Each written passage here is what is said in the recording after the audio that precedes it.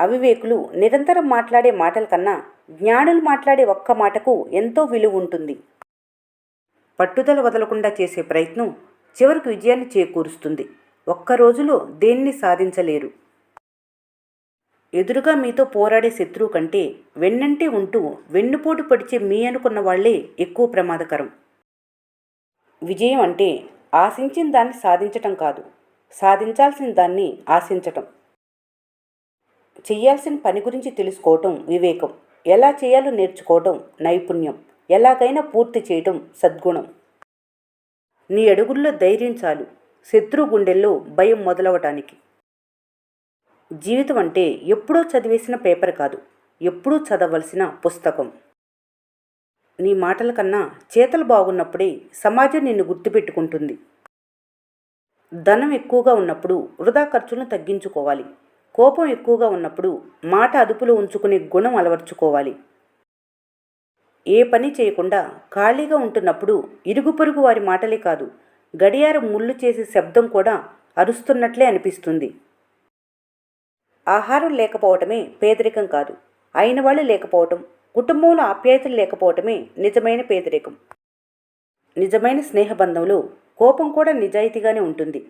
ఆ కోపం వెనుక భావం ఖచ్చితంగా నీ మేలు కోరేదై ఉంటుంది. మనసు సరిగా లేనప్పుడు మాటలు జారటం తప్పు. ఎందుకంటే మనసు మార్చుకునేందుకు మార్గాలున్నాయి, కానీ మాటల్ని వెనక్కి తీసుకునేందుకు ఒక్క మార్గం లేదు.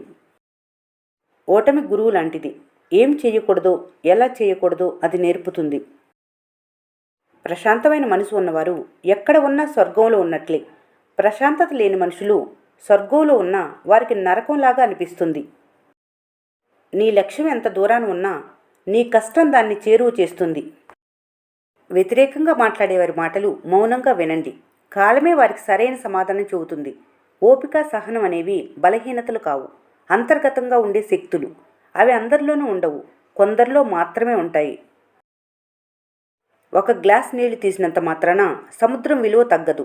అలాగే మీ గురించి తెలియని వాళ్ళు మిమ్మల్ని లేదు అన్నంత మాత్రాన మీ విలువ తగ్గదు. బాధపడవలసిన అవసరం లేదు.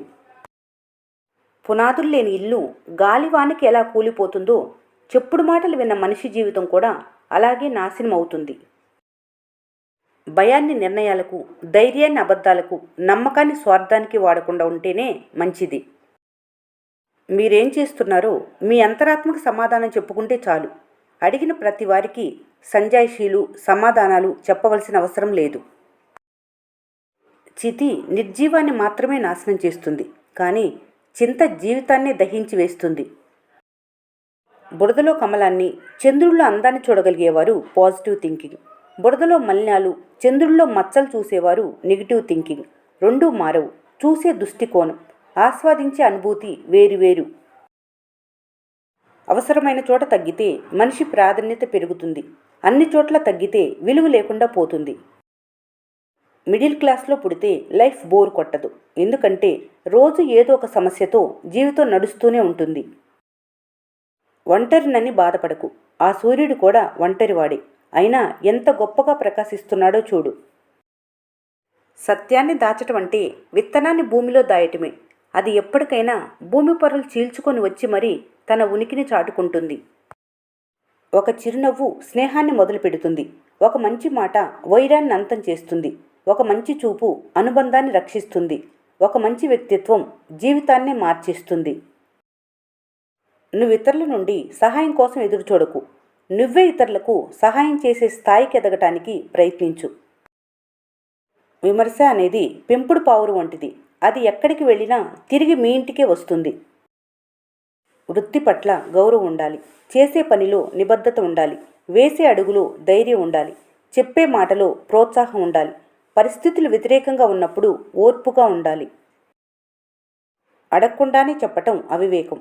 అడిగితే తెలిసి చెప్పకపోవటం అహంకారం.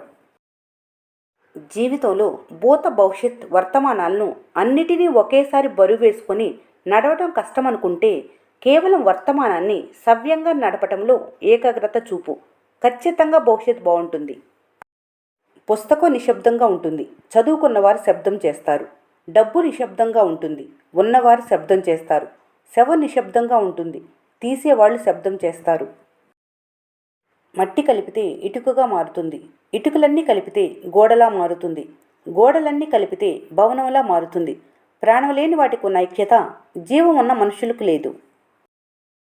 కొత్తగా ఏదో మొదలు పెట్టాలని తపన పడటం, నిరుత్సాహంతో ఆగిపోవటం వంటివి రోజు జరుగుతూనే ఉంటాయి.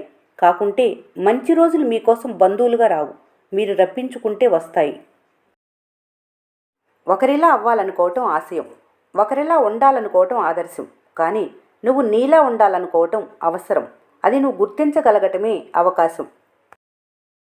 సంపద కలిగిన వారికి కష్టం వస్తే ఊరంతా చుట్టాలి.